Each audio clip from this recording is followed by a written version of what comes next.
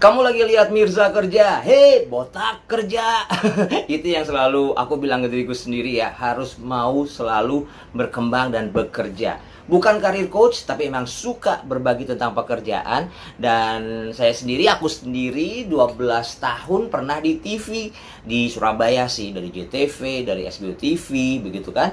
Dan 10 tahun diantaranya adalah news anchor, sampai pernah dapat penghargaan dari KPID Jawa Timur waktu itu. Dan sebenarnya itu juga pekerjaan yang berbarengan sama di radio, karena di radio sudah 23 tahun sampai sekarang. Tapi life is not always easy, ada suka dukanya, ada direndahin orang, di underestimatein orang dan sebagainya. Makanya harapannya adalah berbagi pengalaman di sini, bikin ya sesuatu yang bermanfaat buat kita semua yang lihat ini. Mirza kerja. Hei botak kerja. Mirsa kerja edisi kali ini ngebahas tentang anak baru di kantor. What to do, ya kan? Kalau kondisi baru itu kadang-kadang identiknya adalah tentang bagaimana kita di ospek gitu ya. Zaman dulu namanya ospek. Pernah juga disebut penataran, pernah juga pokoknya di apa ya, di kawah candra di muka oleh teman-teman yang mungkin lebih senior di kantor itu. Ya kayak gini lah gambarannya, walaupun juga mungkin gak seserem itu. Tapi kalau kita adalah anak baru yang barusan dapat pekerjaan, hei selamat pertama kali. Tetapi itu bukan akhir dari perjuangan. Justru awal baru itu adalah perjuangan yang sebenarnya. Akan lebih mudah kalau kita memang ada di suatu pekerjaan baru, kita baru masuk itu pekerjaan pertama, ada beberapa hal yang memang perlu diperhatikan. Yang pertama misalnya, untuk mengatasi hal-hal yang tidak diinginkan sebagai anak baru, kita harus menunjukkan good attitude. Artinya, no sombong-sombong. Walaupun kita anak jenderal, anak orang kaya, anak apalah, pejabat dan sebagainya, kita di tempat baru adalah anak baru yang harus menyesuaikan dan bergaul dan tahu siapa dan apa dan bagaimana yang bisa kita kolaborasikan untuk hasil pekerjaan yang oke. Jadinya no sombong-sombong, good attitude, mau denger. Kadang-kadang kayak gitu ya, enggak ah, ini ada pendapat, ada point of view, ada latar belakang. Jadi pertama kali yang kita harus mau diri buka diri itu adalah mau mendengarkan kata orang dulu, baru kita cari tahu apakah memang bisa untuk didebat atau kita masukkan point of view kita. Mau denger dulu lah, good attitude. Terus berikutnya, jangan sungkan nanya ya.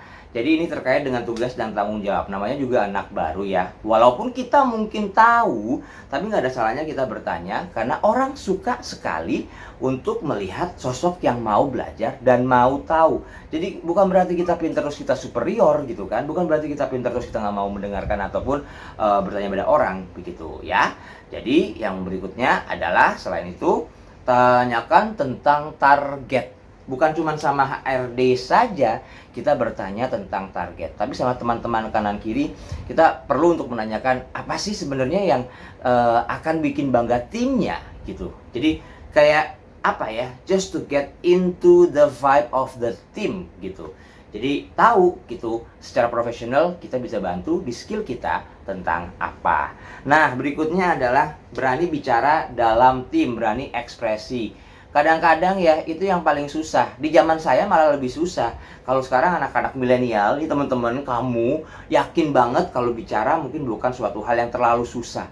Zaman dahulu ketika bersekolah, ibu guru, bapak guru nanya, oke, siapa yang mau jawab? Padahal tahu, tapi nggak ada yang mengangkat tangan. Ya kan? Atau siapa yang mau mengerjakan duluan? Nggak ada yang mau angkat tangan. No. In a working space, if you know something, you need to tell them. Apakah itu nantinya akan menjadi suatu bahan diskusi selanjutnya, benar atau salah, oke atau enggak, itu nanti. Tapi berani berekspresi diri, itu perlu. Next, itu adalah jangan kelihatan manja.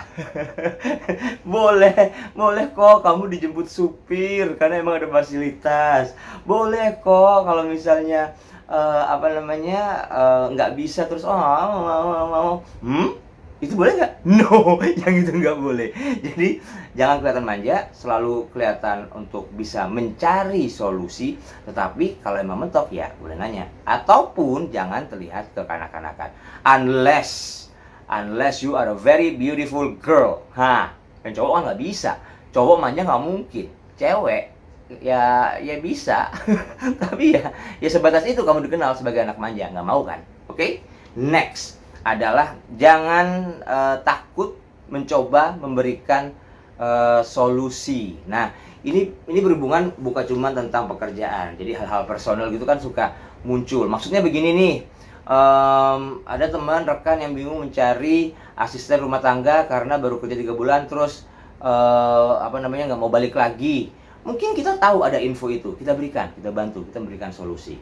Atau ada teman yang mungkin mau cari barang dan nggak tahu belinya di mana, kita tahu, kita bantu memberikan informasinya. Itu artinya solusi. Jadi ada personal touch di mana kita membantu kanan kiri dengan sebuah solusi yang sekiranya memang dibutuhkan, ya. Itu memberikan suatu pemahaman bahwa kita adalah solutif, bahkan kita bisa dipikirkan sebagai sosok yang inovatif gitu kan. Nah, itu masuk lagi nanti skill kita. Kalau kita bisa berikan sisi inovasi akan lebih bagus lagi, ya. Solutif and inovatif itu. Nextnya adalah hargai kanan kiri dan jangan suka iri-iri. Anak baru gitu, mau ngiri apa? Ya kita juga baru belajar culture perusahaannya. Dan ada kadang-kadang yang mungkin kok dia dapatnya begini, kok dia boleh begitu, kok dia ini. Hal-hal yang berbau iri itu suka menghancurkan diri kita sendiri sebenarnya. Nah, ya kalau memang ada yang benar-benar perlu ditanyakan, tanyakan pada tempatnya. Pada atasankah, pada HRD kah, atau bagaimana. Tapi jangan open konflik dengan teman kerja. Nanti malah hidupnya malah nggak enak hari-hari. Karena kan kalau kita udah nggak work from home nih, ya, kalau kita kerjanya langsung nih, kita akan ketemu paling nggak 9 jam per hari, 8 jam plus 1 jam istirahat, ya kan? Gitu. Oh iya, ngomongin jam istirahat, kalau udah nemu teman makan siang, ya itu artinya kita udah mulai diterima. Kadang-kadang soalnya kita nggak diajakin. Jadi coba untuk fit in melalui makan siang itu personal touch-nya. Itu kalau kamu adalah pegawai baru, anak baru di kerjaan yang mungkin entry level position atau kerjaan awal kamu, ya kan? Tapi kalau kamu sudah masuk hitungan profesional, jadi mungkin sudah masuk manajer awal atau manajer middle yang kemudian menemukan tempat kerja baru, jadi anak baru di kancah baru dengan anak buah baru dan dengan atasan baru, itu lebih tricky karena kamu sudah direkrut berdasarkan kemampuan dan keberhasilan kamu di tempat kerja lama. Tetapi begitu masuk kerja baru, ada hal-hal yang harus dibuktikan, ya kan? Mungkin kita cerdas, mungkin kita pinter, tapi untuk bisa didengar itu butuh waktu. Dan bukan cuma strategi saja yang muncul di sini, hal-hal personal pun bisa muncul di sini. Jadi misalnya kamu masuk ke tempat kerja baru, dari pengalaman kamu yang sebelumnya, kamu ke tempat kerjaan ini gajinya lebih gede, dapat anak buah, dan juga ada rekan-rekan sejawat dan ada atasan. Anak buah aja untuk bisa mau mendengarkan kamu butuh proses. Misalnya nih, kamu nggak didengerin karena kamu nggak kelihatan kredibel mungkin, atau kamu tidak kelihatan mumpuni, atau kamu tidak kelihatan berhasil. Jadi bagaimana mereka mau mendengarkan kalau pimpinannya kelihatannya kurang berhasil gitu. Sad, but that is true. Ini dari pengalaman saya sendiri, saya sempat ada di situasi seperti itu. Ada anak buah, ada rekan sejawat, ada atasan. Saya utusan daerah yang kebetulan beruntung banget ditawarkan posisi untuk dalam keadaan seperti itu. Tapi nggak didengerin. Untuk proses dengernya butuh waktu. Masa bos barunya naik ojek online, motor bukan mobil gitu. Masa bos barunya makan minum di pengkolan, itu ngaruh. Di rentang waktu masa jabatan baru saya waktu itu, akhirnya karena ngerasa nggak begitu didengerin atau ngerasa nggak begitu fit in, atau ya udah gitu, ambil jalan singkat. Mohon maaf. Karena ya udahlah gitu. You know what I did? I bought a new car. Ya. Jadi sebelumnya pas jadi anak buah biasa, karyawan, ini radio sih, naik ojek online gitu kan. Ya, kemudian beli mobil yang biasa gitu, ya mobil city car juga. Baru dapat posisi yang oke di tempat ini, kurang begitu didengar kan, atas ataupun bawah ataupun sejawat gitu. I was thinking, what can I do? I bought a new car. beli Mercedes-Benz, bukan yang baru Grace. Second aja, yang tahunnya mendekati punya anak bos di situ. Menariknya ya, ketika baru awal-awal beli itu kan kantornya kantor halaman gitu, bukan kantor gedung. Saya parkirnya tepat di depan pintu masuk. Satu waktu saya keluar sore mau pulang atau mau meeting, saya lupa, pokoknya sore gitu. Di depan ada teman-teman sejawat, selevel, ataupun ada yang di bawah, ataupun apa lagi pada ngerokok. Saya jalan, ya pulang ya gitu. Terus nyalain alarm, didit, masuk ke mobil Mercy itu. Rokoknya jatuh loh. Serius. Sad but true. Hal-hal materialistis itu mempengaruhi. Itu bukan kebanggaan saya utama gitu, tapi itu adalah cara untuk membuat saya diterima di level baru yang cukup tinggi menurut saya, sehingga didengarkan rekan sejawat dan teman-teman di bawah. Bukan hal bagus juga, tapi itu memang benar-benar terjadi. Ya, gitulah. Well anyway, abis itu ya tetap harus menunjukkan potensi. Kalau enggak ya udah jadi biasa aja. Begitulah ya. Jadi anak baru itu tujuannya adalah membuat diri kita diterima. Kemampuan beradaptasi melihat lingkungan dan mengambil strategi apa supaya bisa diterima adalah hal berikutnya yang sifatnya adalah customize. In my own case, tadi yang saya sebutkan, saya sampai beli mobil biar ya dia nggak kredibel, ya kan.